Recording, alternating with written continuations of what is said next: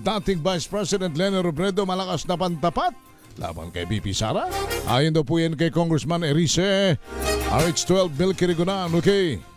Si dating Vice President at ngayon ay Naga City Mayor Leni Robredo ang natatangi at pwedeng ipantapat kay Vice President Sara Duterte sa pagtakbo sa 2028 presidential election.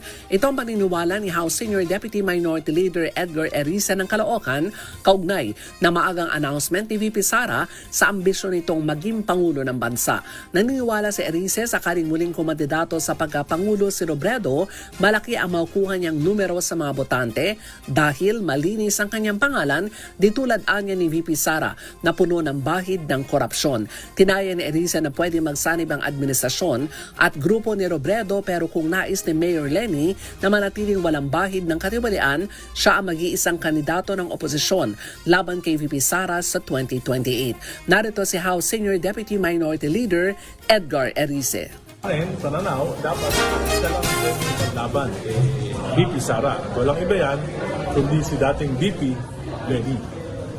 Yun, kasi walang issue ng korupsyon kay VP Leni.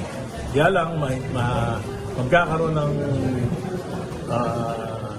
dalawang school of thoughts yan. Whether we will coalesce with the administration or we will fight alone.